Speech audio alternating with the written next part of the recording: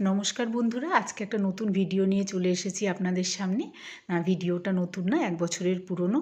আমরা তখন বেনারসে গিয়েছিলাম, সেই সময়কার ভিডিও। তো বেনারসে গিয়ে কাশী বিশ্বনাথের দর্শন করে তারপরে আমরা চলে গিয়েছিলাম রামনগর ফোর্টে। কাশী গিয়েছি আর রামনগর ফোর্টে যাব না এটা তো হয় না, অনেক শুনেছি রামনগর ফোর্ট সম্বন্ধে, তো খুব দেখার ইচ্ছা ছিল।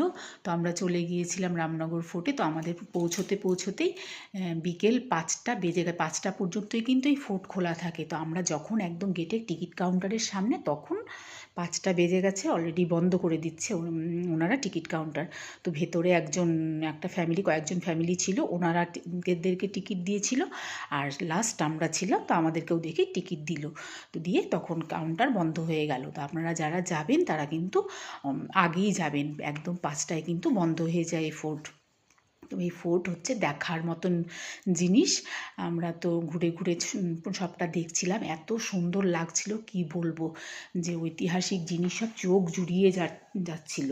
এই ফোর্টের কিন্তু সৌন্দর্য সত্যি, গঙ্গার ধারে এই ফোর্ট।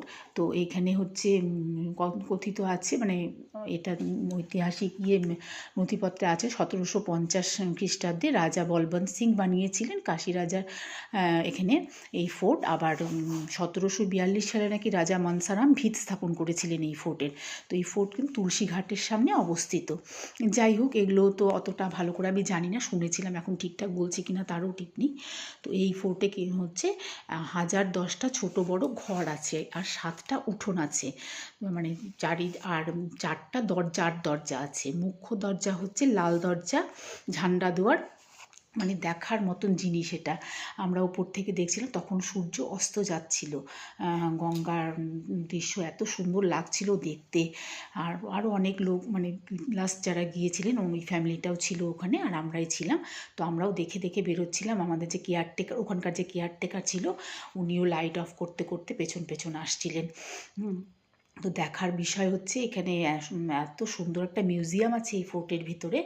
সেই মিউজিয়ামের মধ্যে মানে সেই পুরনো রাজরাদের আমলের ব্যবহৃত সমস্ত জিনিসপত্র, তরোয়াল, অস্ত্রশস্ত্র, এত ধরনের অস্ত্রশস্ত্র রাখা ওখানে, মানে আমি দেখে তো অবাক হয়ে যাচ্ছিলাম যে কত ধরনের যে তলোয়ার, ছুরি, মানে আর সবচেয়ে দেখার বিষয় ছিল বল্লমগুলো, যে এত মোটা ভারী বল্লম এই অস্ত্রগুলো কারা ব্যবহার করতো। আর এমন এক একটা বড় বড় তলোয়ার, এগুলো যারা ব্যবহার করতো তারা না জানি কত শক্তিশালী ছিল।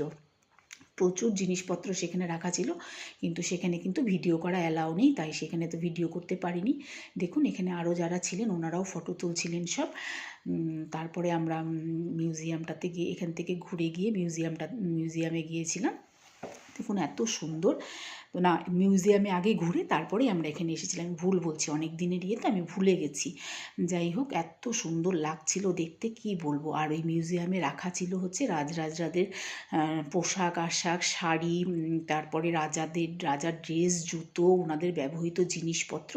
আর সব থেকে যেটা ওখানে দেখার মতো জিনিস ছিল, ওখানে ভিনটেজ গাড়ি, রয়্যাল পালকি, তলোয়ার, পুরনো বন্দুক, প্রাচীন ঘড়ি, তারপর আসবাবপত্র, মানে 11শো শতাব্দীর পালকি, হাতির দাঁতের হওদা, তারপর রাজা রানীর কাপড় তো ছিলই।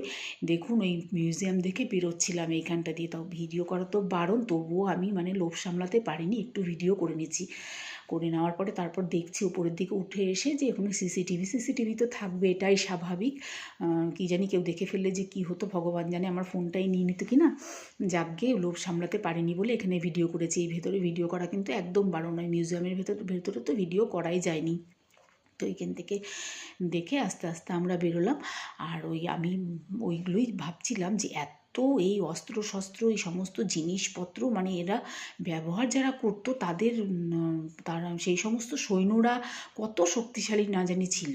আর এইখানে কিন্তু 1010টা ছোট বড় ঘর আছে, আর 7টা উঠোন আছে। তো অল্প সময়ের মধ্যে সব কিছু দেখা কিন্তু সম্ভব না, একটু হাতে সময় নিয়ে তারপর এখানে যেতে হবে। আমরা যেহেতু একদম সন্ধেবেলায় পৌঁছেছিলাম, তখন আরেকটু পরে গেলে তো বন্ধই হয়ে যেত, ঢুকতেও পেতাম না।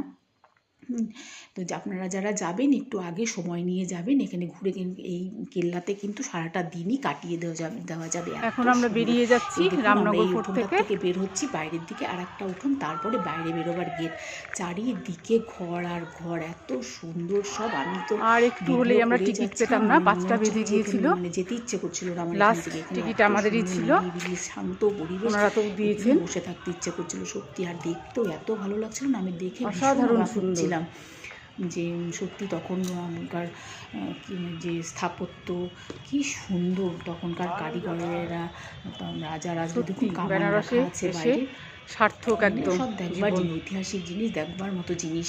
হ্যাঁ, আর এখান থেকে দেখে তারপর একদম যখন এখান থেকে বেরোচ্ছিলাম তো সন্ধ্যে, ওই যে চাঁদও উঠে গেছে, সন্ধ্যাবেলা চাঁদের আলোতে কিন্তু খুব ভালো লাগছিল দেখতে, দারুণ সুন্দর লাগছিল।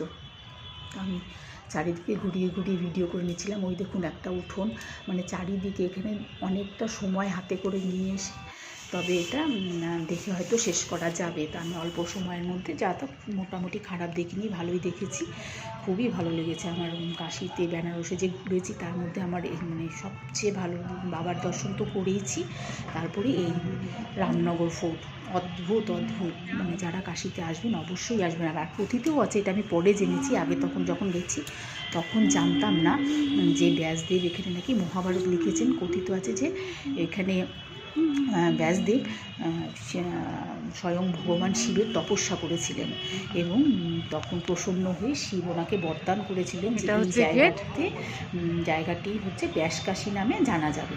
আর যারা পরের ভিডিওতে মন্দিরে দর্শন করবেন তারা অবশ্যই ব্যাসকাশীর দর্শন করবেন, তা না করলে নাকি তাদের পুণ্য অর্জন হবে না, এরকম একটা কথা আছে। আর বিশ্ব প্রসিদ্ধ রামলীলা কিন্তু এইখানেই হয়, এই ব্যাসকাশীতে বিশ্ব প্রসিদ্ধ রামলীলা হয়। এটাও কথিত আছে যে ভগবান শ্রীরামচন্দ্র 1 মাসের জন্য কাশী নরেশের এখানে এসেছিলেন, 1 মাস এখানে উনি ছিলেন। তবে আশ্বিন মাসের পূর্ণিমার দিন রামচন্দ্র হচ্ছে এইখান থেকে চলে গিয়েছিলেন, সেদিন কাশী নরেশ মহাসমারোহে ওনার ওনাকে বিদায় দিয়ে জানিয়েছিলেন। তো সেইখানে সেই ইয়ের থেকে হয়তো এখানে রামলীলা হয়। তো বাইরের থেকে নাকি প্রচুর লোক আসে। আমরা যেই অটো করে ঘুরছিলাম ওনারাই বলছিলেন যে বাইরের থেকে প্রচুর লোক আসেন সেই রামলীলার সময় এখানে। তো আমরা বাইরে বেরিয়ে এখানে যে বিখ্যাত শিবপ্রসাদ লস্যি, এটা শুনেছিলাম আগেই, তো এখানে লস্যি খেলাম, প্রচণ্ড ভিড় ছিল লস্যির দোকানেও। তো লস্যি আর মানে খুবই সুস্বাদু, যেরকম শুনেছিলাম সত্যিই তাই, লস্যিটা মানে খাওয়ার মতো, মুখে দিলে গলে যাচ্ছিল, অদ্ভুত টেস্ট ছিল লস্যির।